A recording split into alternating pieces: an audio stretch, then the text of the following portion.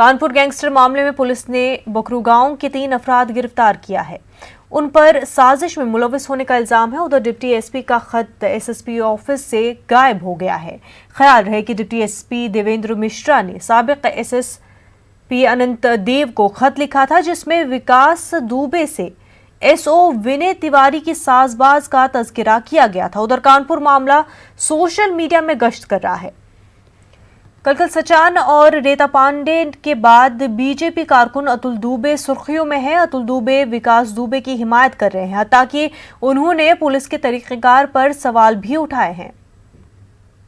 Electronic media में तत्कालीन CO बिल्लोर Shri Devendra Mishra ji के द्वारा एक चिट्ठी एसओ चौबेपुर विनय तिवारी के खिलाफ तो लिखा गया है। इस संबंध में चिट्ठी वायरल हो रहा है। उस चिट्ठी में ये तथ्य दिया गया है कि 386 धारा विकास दुबे के खिलाफ जो लगा है वो हटाया गया है और उसको फेवर किया जा रहा है।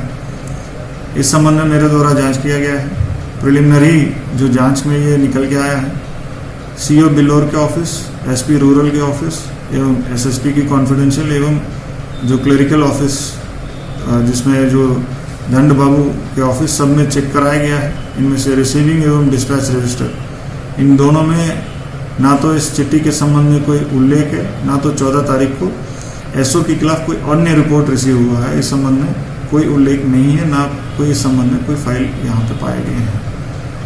फिर भी इस संबंध में और भी गहराई से हम जांच कर रहे हैं कि इस चिट्ठी का जो जेन्युइनिटी के संबंध में हम लोग और जांच कर रहे हैं। जो भी तथ्य सामने आएगा उसके आधार पर कार्रवाई की जाए।